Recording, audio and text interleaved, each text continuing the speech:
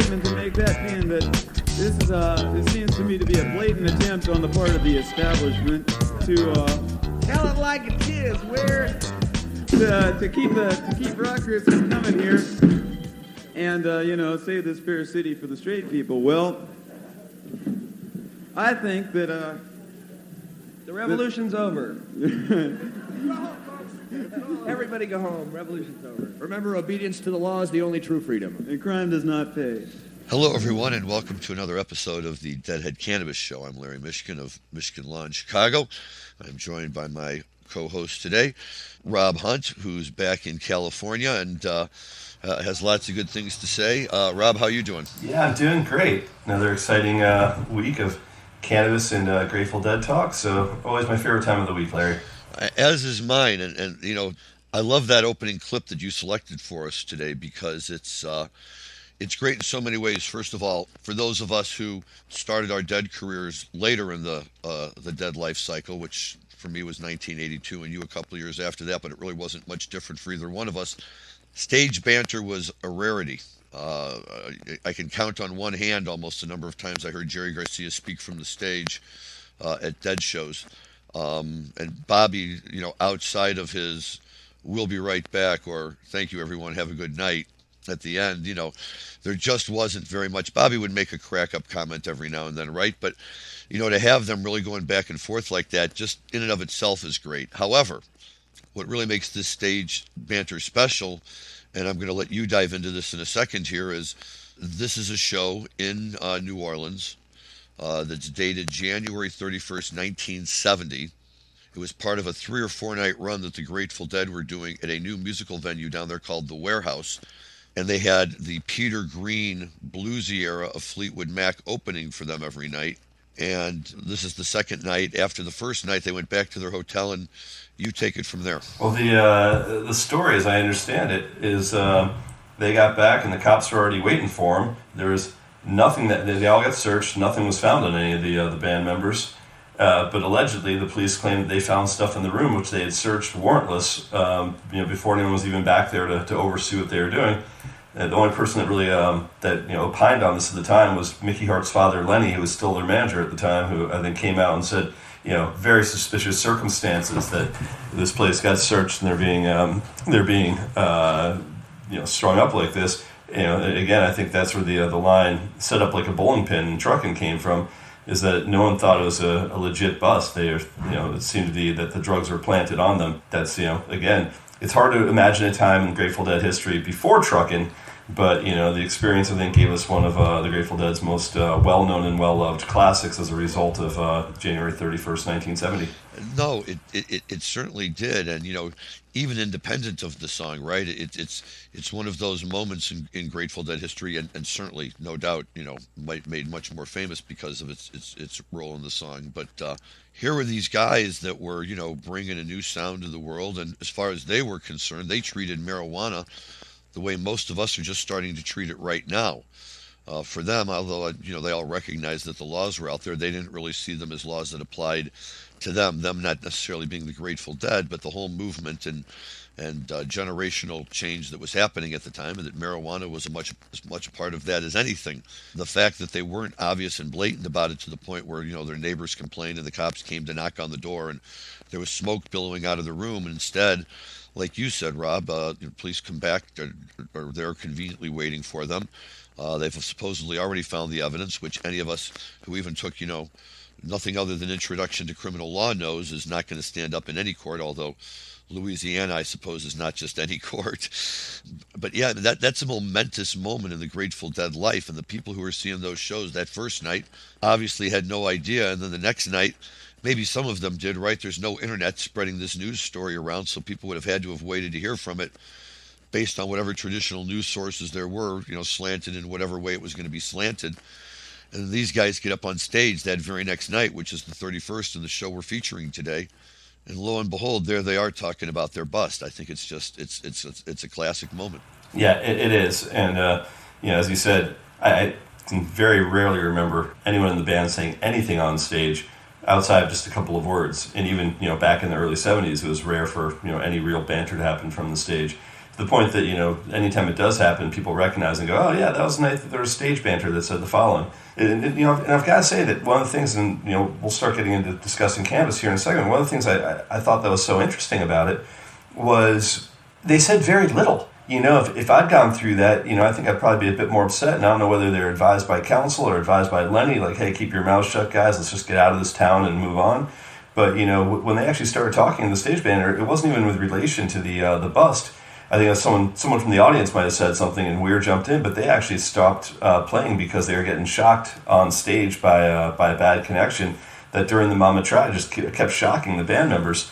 So they had to stop and try to figure that out. And it was during that time they're trying to fix things that, it kind of came out like, hey, there must have been some problems yesterday, and Weir quickly opined on it, and then they let it go and went back and played their set. Hard to compartmentalize that way. Look, I couldn't agree with you more. I mean, the fact that they were able to come out the next night and play it all is, a testament, to who they are and where they viewed themselves and their fans and their role in all of this. And to have taken the night off probably would have been, given into the man and, letting him push them around and dictate. And, and they love to play. Maybe they saw it as therapy to get up on the stage that night and play. And yeah, Bobby, he talks about it a little bit, but to me, I laugh because when I hear it, it sounds like this is a guy who normally likes to shoot his mouth off, who's been told, don't shoot your mouth off. And he's trying to say just enough, but not too much, and kind of stumbles over himself a few times and then, just kind of steps back. But, Bobby, it's also not surprising to me that if any of the guys up on stage, that he would have been the one who would have necessarily started talking about it and, bringing his take on things to the table. So, yeah, it's fascinating, and there's a whole lot more of this show and other parts of the run and some other musical clips we have from it, and that'll really be great to get to and to talk about. We got some interesting news stories today on the marijuana front as well, and the first one, which is interesting, but I can't necessarily say is surprising, is that Amazon has come out and endorsed one of the pending federal bills to legalize marijuana. Interestingly, it's the Republican-led one, but maybe not interestingly, I guess, where corporate America lies on these kind of things. But either way, it is a bill to legalize marijuana in the United States, and Amazon is putting the weight of its corporate name and its brand and its identity behind it. Have we seen anything like this in the marijuana industry, Rob? Nothing like it. And we saw it back in 2015, where Microsoft had made an announcement that they were going to build a platform that was going to allow for some tracking software. But that was really more of a partnership, and the announcement didn't really come from Microsoft. It more came from the partner group that was going to be working off an Amazon platform. So it got a lot more attention than it should have, and it wasn't the senior leadership coming out and saying that Microsoft was supporting this. So for Amazon to say it, yeah, I mean, great, but shout out to my friend Shalene Title, who worked on the Governor's Commission in Massachusetts for a long time, who came out today with a tweet that basically said, "Oh, isn't that cool? 10 years behind the time this was cool to do, and it's like this isn't exciting news. Don't be surprised when Amazon's next step is, after legalization, trying to be the lead distributor of cannabis across the country. So there's no way they're making this announcement without some other sort of ulterior motive. So right now everyone's cheering on Amazon until all of a sudden Amazon's putting these same guys out of business, and they go, oh shoot, maybe we shouldn't have been so supportive of this announcement. So double-edged sword. Careful what you wish for. You want the endorsement of big business, but not necessarily the big business that's actually going to destroy you. Well, that's really a great point. And I suppose it's very important. And, in the moment of like seeing a big company stepping in like that, at least somebody like I was able to skip right past that. So it's a good thing that, you're around with your more analytical mind in that regard to point that out, because that's true. I suppose the flip side of this is, to look at it and say Amazon is just greasing the skids for it to step in and take over, the industry as much as it possibly can. I don't know, maybe there's some people who think that would be a good thing, certainly have a good supply chain system running, that's for sure. I love the fact that you call it analytical. I think my wife would call it cynical. Well, that too. So, I tend to try to look at the, okay, why is someone doing what they're doing? And, is it for the altruistic reasons you think it is? And 9 times out of 10, nothing ever is. So, but that again, that's the very cynical mind I have to look at things probably the wrong way instead of, the euphoric way. And what's interesting as I go back and look at the article is that they did previously support Chuck Schumer's bill that was introduced earlier this year, and they're taking the very smart, I guess you would say, corporate position that, we just support the legalization, and we supported Schumer's bill as far as it can go, and now this bill looks like it may have some legs, so we're going to support this one too. Either way, you come out a winner, and I guess that's probably one of the reasons why Amazon has gotten as big as they have.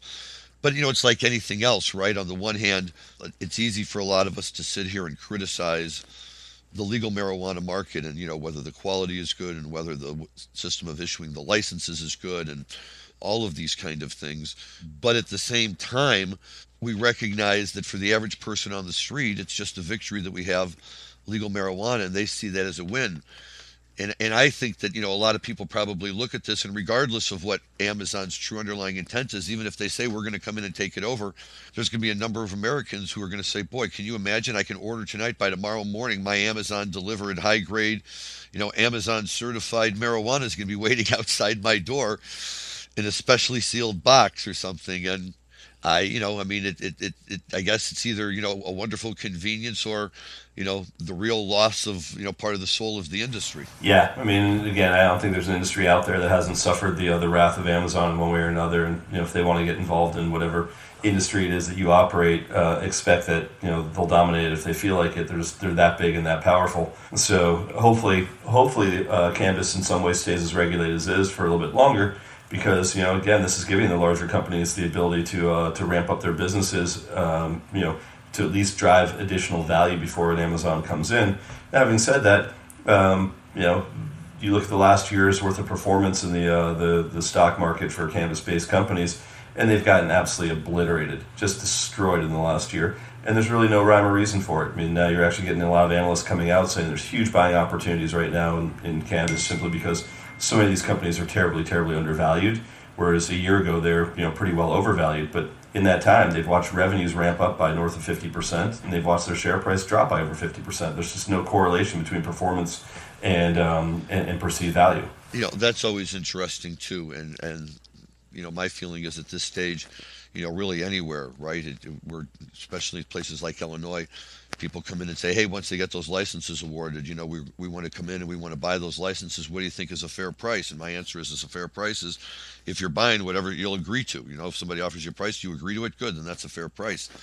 But I don't know how to value those prices. I don't know how to say what's an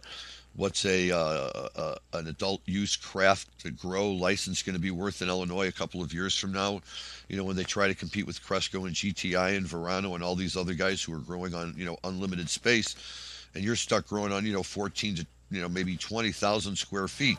Each day that goes by, those licenses are worth less. Simple math on that one. As each day goes by closer to legalization, is a day closer to California and Oregon and Washington supplying the entire country. So anyone that's building infrastructure out away from the West Coast, ultimately it's a fool's errand. You better hope you're selling this thing before legalization. So let me ask you about that, because that's a great question. And I've heard a lot of states, including Illinois and others, talk about the fact that, they would want to put protectionist laws into place. So that, you can't ship in other states' marijuana and things like that. And right now it's federally legal under this scenario. So shipping marijuana across the country isn't so much a federal issue as much as it is a state issue, right? And if Illinois says you can't ship marijuana into our state because we want to protect Illinois marijuana growers, you're not going to have the benefit of a whole federal task force enforcing that. You're going to have to devote Illinois resources to Illinois law enforcement officials to try to go around and see if they can intercept or find out who's receiving these packages or ordering them or where they're being shipped from or whatever. That seems like a lot of work to me. Yeah, even if people play by the rules, it's only a question of time before someone, litigates that question. You and I have sort of pontificated about this for years, and I have with many other attorneys as well, but this is where the Commerce Clause and the Dormant Commerce Clause, both come into play. Ultimately, are you going to be able to stop the free flow of goods going between states? You can't stop commerce. You can put some protectionist policies in place as long as they actually survive scrutiny. But any state that says there's an abject prohibition on allowing other states to ship in, they're going to have a real tough time with that one. So can they slow it down? Sure. I don't think there's a problem with that. I think they can certainly say, yeah, we're going to tie it up in the courts for a period of time and try to give our local businesses time to kind of figure out what to do about this. But they're not going to be able to stop it. You're sticking your finger in a dike that is near impossible to stop from litigated and settled law. that we've looked at now for well over 100 years in the Constitution. True, although it seems like anytime marijuana is attached to anything, those 100 years of precedent go right out the window, and we try to reinvent it all over again. And on that note, I just want to deviate a little bit here for a minute because we have some good news, I think, on what's happening on the state level. But I just want to mention something that just popped up on my screen in Illinois today. And I think it's important to note this because although I don't think there's really a realistic chance that something like this is going to happen, the fact that Illinois, that's now 2 years into its adult use program and 6 years into its medical program, has a legislator that would forward a bill like this is really shocking. And this is a bill that is forwarded by a state representative named Mark Batnick from Illinois. He is a Republican. Not that that always matters, but in this case it does, I suppose, because this is Illinois House Bill 4709 that was just introduced last week, and it's called the Cannabis THC Percentage. And in summary, it provides that if passed, the current Illinois adult use statute would be changed to prohibit the cultivation or sale or possession or use of cannabis flower with a THC concentration greater than 10%, with concentrates with a THC percentage greater than 15%, and with cannabis-infused food products or other types of products with greater than 15% a THC level. These would all be prohibited. Now, of course, it's a silly legislation put in by somebody who's either trying to promote themselves and looking to make a little bit of publicity, which of course I'm giving him here. But I think that it's just so bad on so many levels that it can't help but be explored for a minute, including the ironic part of it, which you and I talked about before, which is if on its face, although he'll claim that this is not designed to run the cannabis industry out of town, this is designed to protect the citizens of Illinois, so that the products that they are allowed to consume are not so strong that you can be injured. And supposedly it's tied in to a notice of an increase in visits to emergency rooms by people who are suffering from having consumed too much THC. On the other hand, Rob, as we talked about, if you're going to limit cannabis-infused food items to 15% THC, that's pretty damn strong. This guy doesn't know what he's talking about. No, he sure doesn't. I mean, that's one of those situations where, lawmakers need to spend a bit more time understanding the things they're making laws about in many cases. And in this case, a 15% of an edible is a pretty strong edible. You might have 5 milligrams of THC versus of what's in 5 milligrams at a time. That weighs next to nothing, like next to zero. So you want to try to cap it on flour and try to cap it on concentrates or on vape carts. I'm not in favor of it, but it can be done. It's not that difficult. But you put that same cap kind of on an edible, and all of a sudden you've made the strongest edible that anyone's ever ingested. So this needs a great deal more thought. And I can tell you that there isn't a single person in the cannabis industry that would support a law like this, simply based on the fact that all this is going to do is drive every consumer back to the illicit market. If they can't get the product that they want, nobody's consuming 10% THC cannabis. No, I mean, not even close. I mean, the standard right now is north of 25%, and to go back to 10%, I mean, that's what people smoked in the 70s. We've come up with much better strains. And look, if you're worried about whatever, I hear the argument all the time, like, oh, why do you know what you're putting in your body, and isn't it carcinogenic? Okay, well, if that's the case, wouldn't you want to consume less? Because either way, you're gonna use the same amount to get to the same high. It doesn't matter if I need to smoke 1 joint or 2 joints or 1 hit or 2 joints. You're getting to a place where you enjoy the euphoria, or you enjoy the result. You should make it as powerful as possible. Well, yeah, but what kills me is these people are already being dishonest in the reasons why they we're really concerned. You're obviously not concerned about anybody because you didn't do the research long enough to find out that the proposal, because most of these people that wind up in the emergency room are not people that sat around and smoked too much. Maybe somebody who's done a concentrate hit for the first time or vaped, I could see possibly. Right. It's people that eat edibles. They ate too strong an edible. Of course it is. And he's passing a law that's going to allow edibles to be stronger than that the market even demands. Right. Let's flood the emergency room. It's so stupid, so ill thought out. I mean, this guy's just a moron. He ought to be kicked out just for being that stupid. But the fact of the matter is that if you went to go speak to a lawmaker like that and tried to explain why they're getting it wrong, they would tell you I've had people look at this and this is what we've put the time in. You're like, you have no idea what you're talking about, and I've had conversations with U.S. congressmen specifically on some of these things, and they've looked at me and basically told me to get bent and that they know better than I. So who knows? Well, right. We talked about it a little bit last week too with Kristi Noem and others, and these all knowing politicians who really don't know anything and just ruin it for everybody. And if our good friend Mr. Batkin can do that in Illinois, well, God bless him. But anybody who takes a guy like this seriously on anything, ought to have their head examined. But Larry, I've actually had these conversations with people in Congress who are meant to be our allies.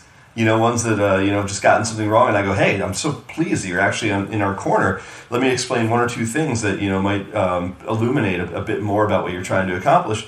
And they just they're completely dismissive, just absolutely dismissive. So again, I'm not saying that I'm always right. I'm just saying that sometimes when I know for certain that somebody else is a little bit off base, they should want to have the education. They should be curious. Yeah, but in order to be a politician, you have to be able to project that no matter where you are, you're always the smartest person in the room. And to have somebody else who might even be an expert, if they don't get to announce and say, I could explain this to you, but I'm going to let Mr. Hunt explain it because that's what he does best. And, and then they can, that's fine. But if you start, throwing stuff out that they haven't, taken their credit for, they all go run and hide and, get upset because it's, it doesn't work for them. But that's always going to be the problem we're going to have. And that's really takes us into our next story, which is really fascinating. Because the Mississippi lawmakers have finally been able to make a deal to send a medical marijuana bill to the governor this week. And the reason that this is significant is because approximately 14 months ago, Mississippi voters passed an initiative to legalize medical cannabis, and then the state Supreme Court promptly overturned the law. So, we saw this with South Dakota and with Kristi Noem's administration taking the law once it was passed by the voters to court and getting it declared unconstitutional and tossed out as well. And now all of a sudden we're going to sit here and say, well, this is great. You're sending the medical bill to the governor to consider. I don't see where anybody thinks that this guy is very much a friend of any of this, right? This is Tate Reeves, I believe, down in Mississippi. And, Tate Reeves is, well, I won't say it, but, somebody who I disagree with on just about every issue under the sun, not because it's a matter of right-wing or left-wing, but it's a matter of common sense. Even if I found something I did agree with Tate Reeves on, I'd probably disagree just on principle of everything else I disagree with him on. Exactly. And this is a guy who, threatened to veto any draft bill that was sent to his desk, and they've all tried to work this out. Maybe he's, seen the light, right? And the money from the marijuana industry has made its way into his political coffers and things like that. Who knows? But, whatever the case may be, good old Tate apparently is ready to jump on board, or at least enough of his lawmakers think he's ready to jump on board. And, they can't keep holding their place to fame in the cannabis industry forever just because they're the site of the one federal farm where you can grow marijuana, which, I've been told may be the worst marijuana ever grown in the history of the world. Yeah, well, we'll see what old Tate does. But, that leads into the fact that a lot of other governors seem to be very supportive of cannabis right now. And, we're actually watching quite a few State of the State Union addresses that have come out in the last couple of weeks where their governors of multiple states have discussed marijuana and cannabis as part of their platform of what to expect in the next year. And, the fact that, not only they mentioning it, but they're actually talking about the benefits and everything else that's happening as a result of either legalization of cannabis or their support of cannabis. It's been really unique to watch to see this many governors come out and make this as part of, even if it's minor, but a part of their discussion to their constituents. Well, I think that's true. And it's very impressive to see it in certain states, obviously, with governors who put themselves very strongly behind it. But, as we were saying before, we always have to be careful in this industry because we do have South Dakota and we do have Kristi Noem, who is still very much against it. But, of course, now that it looks like it's eventually going to come into being there, now all of a sudden she's talking about how she takes the state citizens' health very seriously, even though she allowed super spreader events in her state like nobody's business. I don't make these decisions lightly, she said, and when we create new policy, we're going to do everything we can to get it right from day one. Our state's medical cannabis program is one example. So here she is crowing and taking credit for a wonderful state medical program that they're putting together in South Dakota, even as on the other hand, she does everything she can to stop it from happening. Well, that is the hypocrisy that is Kristi Noem, and I don't expect to see her change anytime soon. I think that she enjoys the position that she has, and is applauded by many on her side for taking very controversial positions. So we'll see. I mean, look, the good news is a lot of governors now are feeling a different way. Good news is, as we talked about last week, we've got a lot of bills pending. The fact that the House and the Senate in Mississippi have actually, in a very, very right-wing House and Senate in Mississippi, have now put a bill on the desk, and I'm guessing that Reeves probably has little choice but to sign it based on a very strong GOP support of this bill. Sure, and Mississippi is an ideal place to grow marijuana. They can grow a lot of it down there, and as we've seen in other states, they can stand to make a pretty decent amount of money. And perhaps the only state in the union with a worse financial record than Illinois right now is Mississippi. So, Lord knows that it can only be positive for them in that regard too. And it's like we always say, most right-wingers don't have a problem with it. Some of it, just remains so slavishly loyal and devoted to their perception of what a true Republican should be, that they just have to have a knee-jerk reaction that says, well, we can't possibly have marijuana. There's a reason why Richard Nixon put it on Schedule 1, and, we can take it from there. But, it's unfortunate and it's problematic, but it is nice that there are so many other statements out there, so many other governors out there who are so willing to publicly recognize the value of it and talk positively of it and what a positive addition it can be to their state, both in terms of an economic indicator as well as whether it's health benefits or all the other things we've talked about, lowering crime and lowering DUIs and lowering domestic violence, lowering teenage smoking. After a while, people see that, and it's hard to deny the benefits. Yeah, and the benefit of not having to bust people on Bourbon Street. It's the bringing it right back to even musicians and the Grateful Dead weren't immune to this. And if you were to ask those guys on January 31st, 1970, would they ever expect that now having debates on which Southern governors were going to be supportive of cannabis? That's a far cry from a zero tolerance policy that we saw in 1970, and quite honestly, in states like Mississippi or in quite a few other states, Utah, Nevada. All the way until like the late 90s, where a single seed was considered a felony. So amazing progress. It's amazing progress in a way that I would love to hear the reaction of the members of the band of what do you think would happen nowadays if you rolled into that town as 20-something year old musicians and had a bit of controversy surrounding you. Do you think you'd still be targeted, or could they at least have to use something else outside of like cannabis as the reason for the bust? Well, right, but that speaks volumes, right? Because then they would just find something else. My impression of all of that was not so much that they really cared about cannabis. That's New Orleans, for God's sakes. People do everything down there. They're the last town that's going to get all moral about something. I think they just didn't like the Grateful Dead, and they wanted to find an excuse to bust them.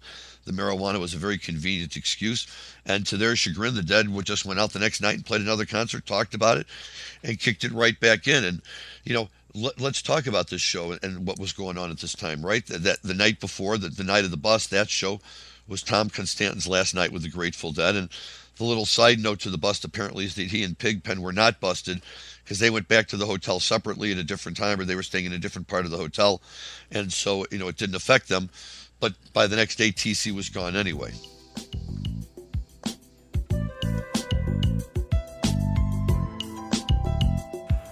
Yeah, I mean, again, I don't know whether or not that was, the proverbial straw that broke the camel's back, or whether or not he's just said, I just don't need this crap in my life.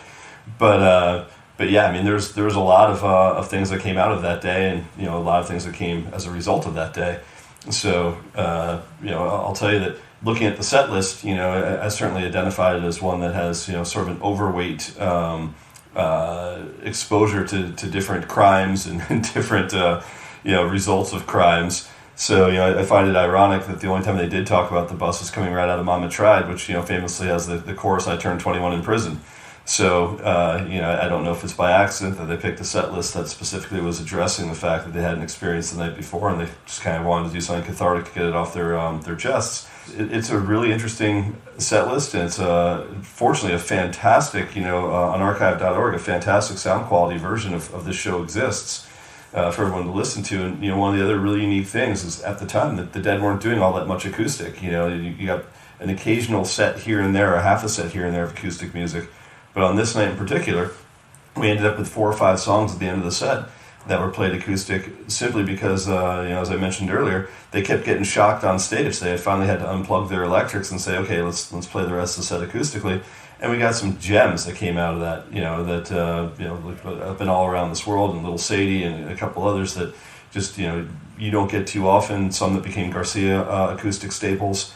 But the set list itself is just a really fun list, and great sound quality, and a great sort of snapshot of what the band was like. Sort of dealing with not just the blow of being busted, but dealing with the blow of losing one of their 2 organ players, and just saying, okay, let's go out there and play a fantastic show.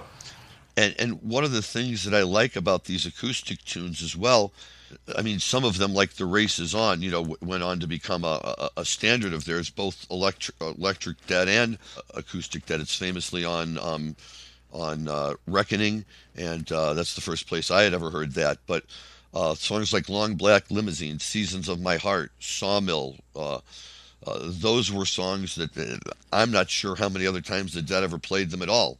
I don't think that those were necessarily standard parts of their regular acoustic sets, which were always seemed to be focused on more of the Dead standard tunes, played with acoustic. And what really impresses me is I have to sit here and wonder, whether these were tunes that they had practiced before and they knew about, or when they converted over to acoustic, did they feel like it forced them to start calling upon acoustic tunes that maybe they knew, but that they hadn't necessarily played in a while? Yeah, it's a great question. I mean, as you said, there's songs on there that, if for no other reason this show is worth listening to, just because they're songs that just don't exist in other set lists. There's some that went on to be staples, but the vast majority were ones that, were only played a couple times at most. So, really, really fun. And on the electric side, it was a really good sort of cross-section of, pure 1970. Obviously, hard to handle. Anytime you get one of those is always fun, because, Pig is gonna go after it pretty hard.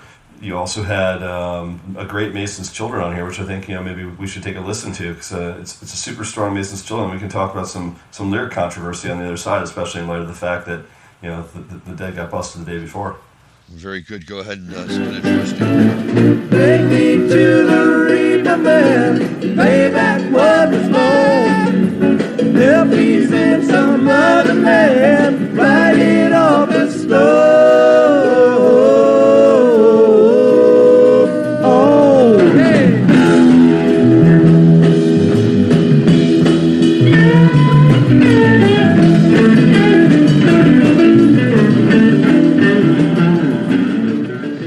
First, I have to say that that's such a great song, and it's so strong, and such great instrumentals, and it makes me sad that they played it about 15 times total between 69 and 70, and then it just disappeared basically from the set list forever.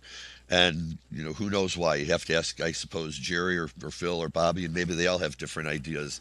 But go ahead and set up the stage for this lyric controversy. Well, before I do, I've actually heard rumors that that part of the reason that it was they got rid of it is it was loosely based on Altamont, and then when they came out with New Speedway Boogie, they decided that was going to be their staple Altamont song, and that Masons no longer held the same appeal.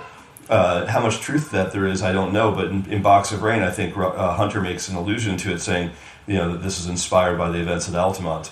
So, perhaps that's it. There's other people obviously that think that Mason's Children is a reference to the Stonemasons, and so there's a lot of different theories about the song and about kind of what the nature of the song was. But the line in particular is the "Take Me to the Repo Man" or "Take Me to the Reefer Man."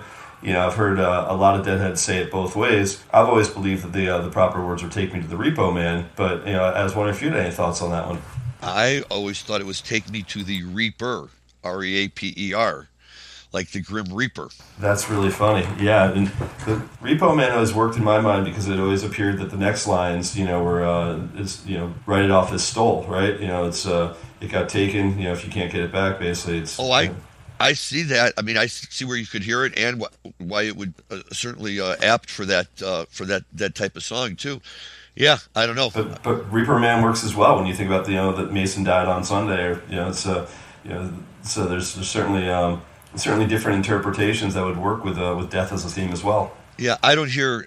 I mean, it might be fun to kick around Reefer Man too, but I definitely hear a P in there.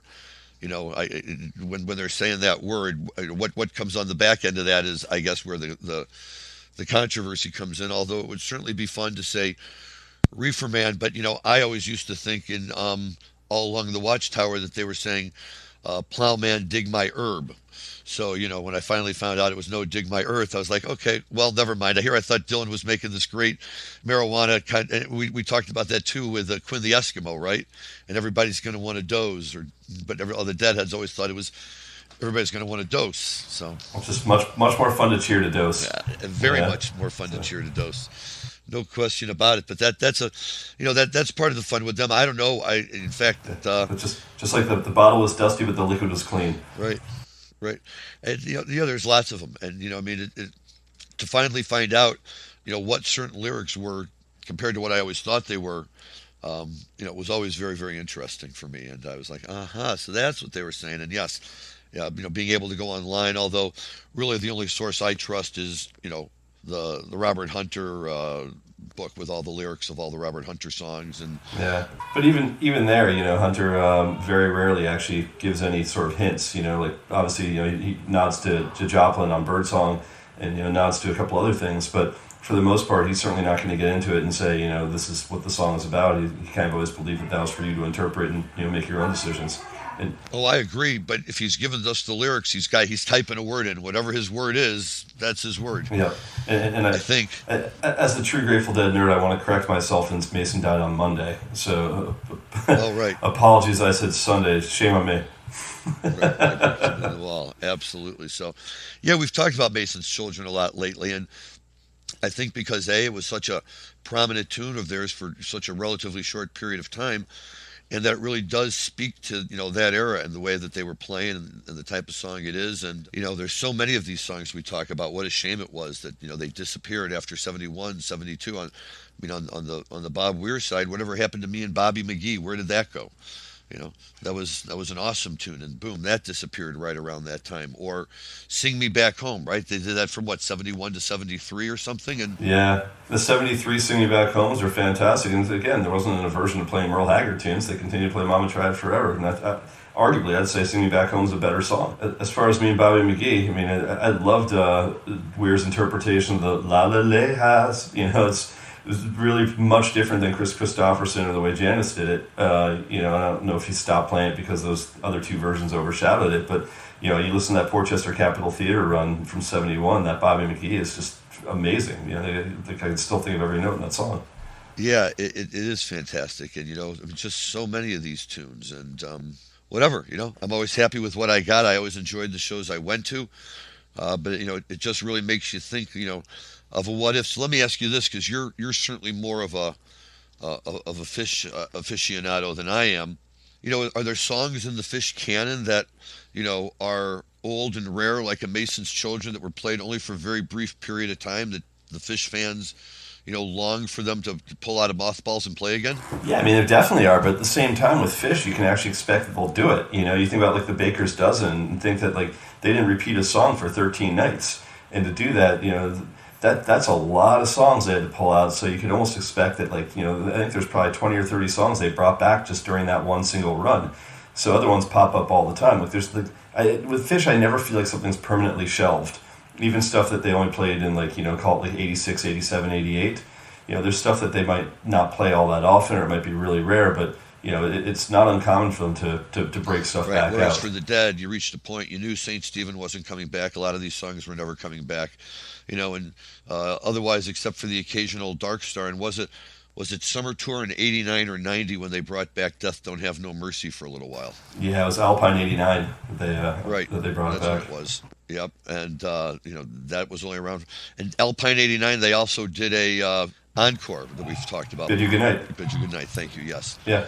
And then of course, like Bid You Goodnight came back for the '89 Warlock shows and stuff like that. And, But and 10/16/89, the 10/16/89 Bob Weir's 46th birthday show was fantastic. Yeah. I love that show. I still think it's the best version of Picasso Moon I've ever heard. You're setting a low bar. By the way, I actually like Picasso Moon more and more. The older I get, the more I actually like that song. The more creative I think that song was, and like, I feel the same way about like West LA Fadeaway. There's certain songs that like I never gave them their sort of credit when I was listening to it at the time, and I really like them now. Oh, I agree. And as I learn more and more, even the lyrics. I mean, my favorite lyric in that song is talking about the mob. Right? It's a shame those boys couldn't be more copacetic. And forever, I couldn't figure out what they were saying there. It drove me crazy. And then all of a sudden I saw, I'm like, well, of course, that makes total sense. Now I see where, but I didn't, but I just thought that was very clever of them, as they wrote that song in truth. I mean, that is a good song, and it tells a very, really interesting story. Yeah, and it's the creative lyrics that you just made reference to, just in Picasso Moon, the line I've always loved is "We made wrinkles and sold them as creases." Right? It's such a unique, kind of wordplay on that. I feel like the jobs that he was doing for the mob are relatively, in the same vein, which is why I compared the two. Yeah, but my friends Matt and Lisa and I, when we saw them at Deer Creek and they played it and they just exploded with it, the line we just kept repeating over and over into the night was, "Bigger than a drive-in movie, ooh-wee, bigger than and I just loved that. I was like, that's just such a random line to drop into a song, but And I did it again. It's "We made wrinkles advertising as creases," I think is the proper line. Yes, wrinkles advertise them as creases. So, but yeah, good stuff. I'm slipping today, Larry. I'm slipping. We all have our days where we slip, man, and you're doing just fine. So yeah, if anybody else has their own thoughts on that, let us know. But it's great stuff, and again, it's what makes the Grateful Dead canon so unique is that all the time that people spend going back and talking about this and focusing on this one little thing or two little things, and it makes all the difference if you can establish he was saying Repo Man, no, he was saying Reaper Man, no, he was saying this or that, and for some people it's like a lifetime's work to go through and track all of these things and and bring them out. And although I don't have the dedication or the research chops to do that, I love reading about it and I love soaking it up, and appreciating all of this this investing in this stuff that the boys have done, even including you. As you talk about, and I think it's worth mentioning a little bit more, is you give a really good outline of how the fact that they're getting shocked from their instruments, shades of Woodstock, right? All of a sudden, boom, it's back doing it to them again. And what's their solution? We'll play acoustic. But what I want to know is, because like when they did the acoustic sets at for Reckoning at the Warfield and at Radio City, I mean, those were acoustic, but with they were playing acoustic instruments, right? They still went through an electric speaker system to get out to the audience. So at this show, when they had to unplug, were they literally people you were only hearing the sound from what was being made by their instruments on stage, or were they still able to at least harness enough of the electrical system to utilize the speakers or whatever?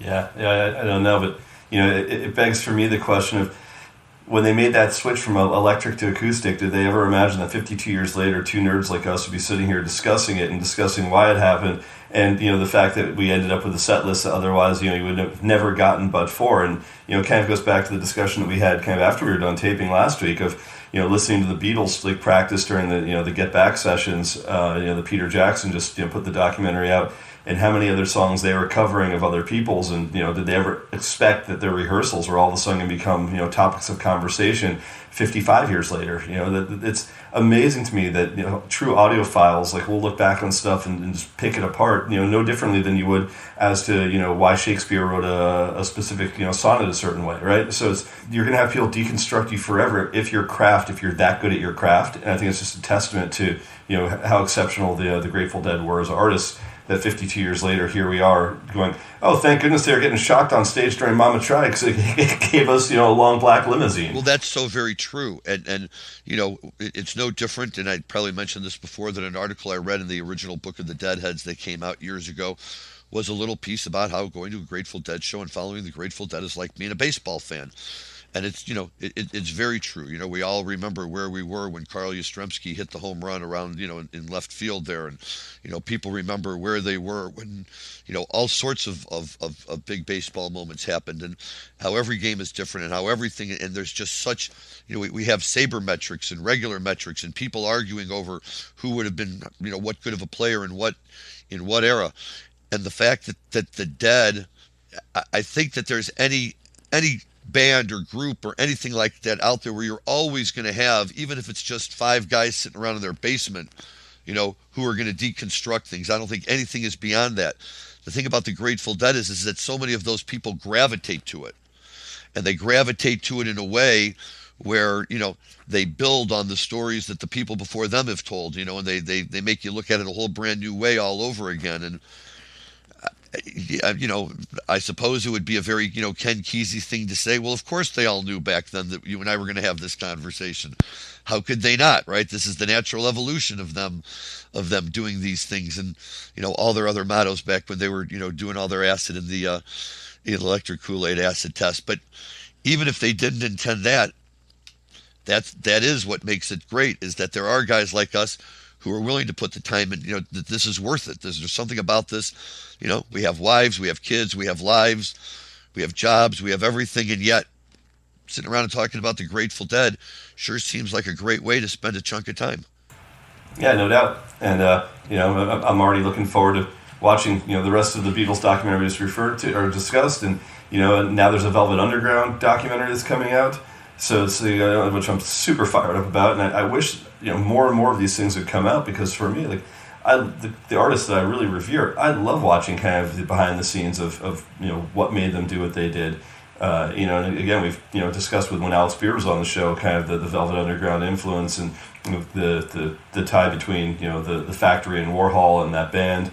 But in many ways, very, very parallel and similar to the relationship that the Grateful Dead had with the Merry Pranksters and the Acid Tests. So certain bands are kind of like a moment in time and have that house affiliation. But the way the Talking Heads would be to CBGB. It's so there's certain things that set them apart, that to go, okay, they represent an era. And it's to me that those are the bands that are really, really cool to see, like the way I think of Prince for Minneapolis, just representing a sound. No, you're absolutely right. Those are all great examples, and those are rock and roll bands that are larger than their music, right? Their influence and their impact on our society extends beyond the fact just that they were successful rock and roll bands from a commercial perspective. The things that they did and the contributions that they made to the world of the arts and to society in general, not even just through their music, but through, anything else. I mean, look at, a guy like Lou Reed over the years, and a guy like Jerry over the years, and all the other people in these bands and all the things they did. And, for me, I love going back and watching the Grateful Dead movie, and I can't watch it enough. It's fun, it's exciting, it's interesting, and more importantly, I feel like it's the band, in particular Jerry, kind of trying to give back to us, the band's projection on everything and where they see themselves in all of this. And to hear all of their banter, in the movie, when they're off stage and in their dressing room or wherever they are, that for me was always what sold me on that movie. I mean, the music is great, but, it's just wonderful to hear all of that and to see, how try to get some sense of how all of this came together. And, you could talk about the cosmos, right? And if you really want to, do a have you ever looked at your thumb kind of moment, how is it that, we're the lucky few, right? That, after billions and billions of years, all culminated in this little moment in time when humanity is here, and here we are. But I take that deeper, and it's not just that we're here as humanity, but we're here as humanity when Jerry was here. And then we actually walked the earth, and we got to see, think of the people that missed him on the front end. They didn't know what they missed. The people on the back end, we do know what they think about what they missed. And, it's tough. And there's not a day goes by that I don't say, look, that was just great timing on my mom and dad's part, on my part, on God's part, whoever put that whole thing together. But that makes me a believer in the whole dead system, right? That I got to experience it. It was great. It was just great. We got to run away and join the circus. We're the last generations of Americans that truly got to do that. And it's such I can never describe it to people when they say, okay, well, what's different about doing that and going to see 100 Yankees games, and sure, okay, like it's repetition of a certain thing where the outcome is different every single time, and that part's consistent, but the rest of it, there's no possible way to describe what Grateful Dead tour was like, and why it was such a unique experience, different than anything else we'll ever see again. Right. Very much so, and while I think the Fishheads have done a pretty good job of creating their own community like that, when the Deadheads nobody had ever done it before. You never had this conglomeration of like-minded fans who just agreed we're all going to be our own little community. We're all going to tour together. We're all going to hang out together. When you need food, I'm going to give you food. When I need $1, you're going to give me $1. And for a lot of them, it really, really worked for a while. But look, we can all touch on that. This past Saturday night, I had a chance to go catch Tedeschi Trucks on the second of their 4-night residency at the Chicago Theater. Besides seeing live music again, it was such a pleasure to see Tedeschi Trucks because, as we've often talked about on this show, they really epitomize all the great things about the jam band scene and what they bring to it. And a person like Susan Tedeschi was already so amazing and so much accomplished in her solo musical career. And then, boom, she marries Derek Trucks, and between the two of them, they've taken it to a level that I just consistently have to go back to see to believe. So, in fact, not only did I see him then, I'm going back again this coming Friday night. I know for you people who listen to the show, that'll be already 2 weeks ago and 1 week ago. But either way, Tedeschi Trucks is just too good not to go back and see them. It's not the same as going to a Dead show with the whole circus, but it is kind of the same in terms of going with a like-minded group of people, who would gladly go and see these guys 2, 3, or even 4 nights in a row, because what they play that's going to be different will be wonderful, but what they play the same will be so great you don't mind hearing it a second time. And it's just really, really special. They're on top of their game. Susan, unfortunately, was seated the entire show because a couple of nights earlier, she had apparently injured her leg at a Chicago institution, the Green Mill, which is a true Prohibition-era jazz club that still has all the underground tunnels where they could escape if the feds showed up, and where they kept all the booze hidden and everything. And it's almost right across the street from the Riviera nightclub and just down the street from the Aragon Ballroom. So it's really a central, pivotal area. But of course, during the pandemic, there haven't been that many people going out and going to bars like that, although the Green Mill still puts on shows from time to time. So apparently a few nights before their first run in Chicago here, Susan and Derek made their way over to the Green Mill. I don't know for sure whether they got on stage and played or whether they just sat and listened to other people, but she did tell the crowd that while they were there, she injured her foot. So even sitting, though, the whole time, she's just an amazing talent and such an amazing presence. And if she was on stage by herself, people would say that. And it's just that she's on stage with the guy who may be certainly the greatest living guitarist, if not, one of the greatest guitarists of all time. And it doesn't matter how many times I see him, Rob, and you can tell me your thoughts.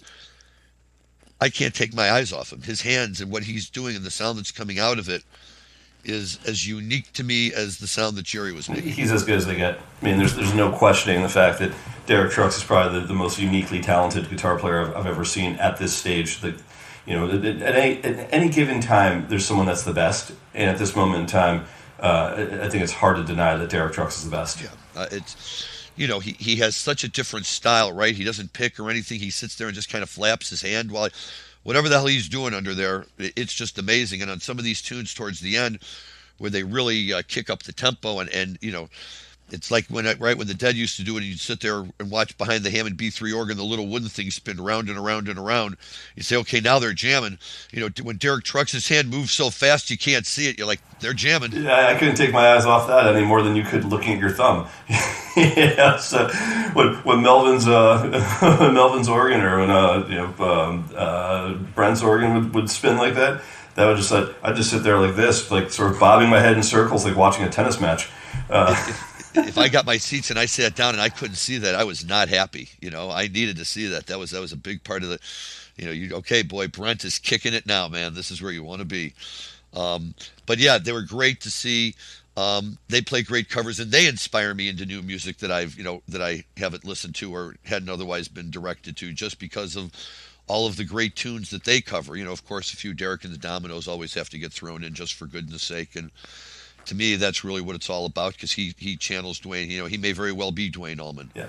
So hey, before we wrap it up today, I know we talked about it offline, but in the way that Alexander Graham Bell is famous for making the first telephone call saying, Watson, come here, I want to see you. Yes. We forgot to mention it last week that the anniversary of the first podcast was just over 21 years ago, and a fact that probably a lot of people out there don't know, but the first podcast, which is a guy named Dave Weiner that put it out, and he'd done something that he referred to as real simple syndication, and decided that he was going to try something as a podcast, was in fact on George W. Bush's inauguration day, where the first podcast ever put out was U.S. Blues. So pretty cool that the Grateful Dead get the title of first podcast as well. So when I found that out, I can't say how pleased I am that we're following in the tradition of keeping Grateful Dead podcasting alive. And I know that everyone and their brother has a podcast these days, so it's not as exciting as it was to say you're the first. But I love that the first podcast, it's sort of like saying that, things that are shot out into space, or the harmonics that are played in space, the Grateful Dead and Mickey Hart have certainly been, involved in those types of things as well, or, the Library of Congress recordings. But it's another major milestone of saying, the Grateful Dead had an oversized impact that forever, the first podcast in history will be a Grateful Dead song. But it's not surprising. I mean, it's not surprising, both because we know how many people love the Grateful Dead and how many brainiacs love the Grateful Dead. And it's the Grateful Dead, so of course they're going to be the first podcast. But yeah, that's really cool. If you want to check that out too, you should definitely do it. We're running out of time here, so Rob, set up the music we have here for all the listeners on our way out tonight. Well, I think what we have is just a little bit more, but we talked about the acoustic side of the January 31st, 1970 show from New Orleans.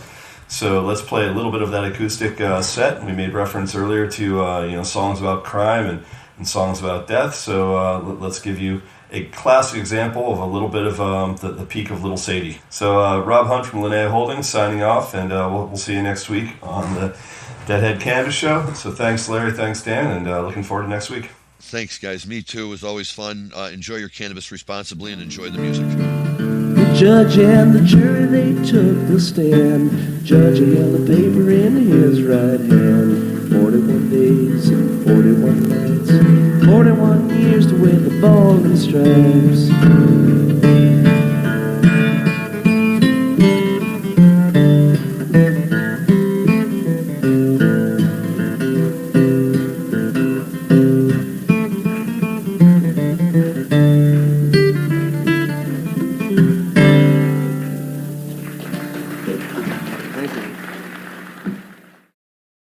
Hi, y'all. I'm Jo, host of Casually Baked, the podcast.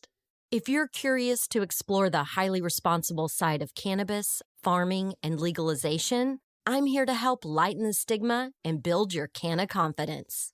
Download episodes now of Casually Baked, the podcast, wherever you listen to podcasts. And journey with me through the evolving cannabis culture and discover how and why people like you are adding cannabis to their wellness toolkit.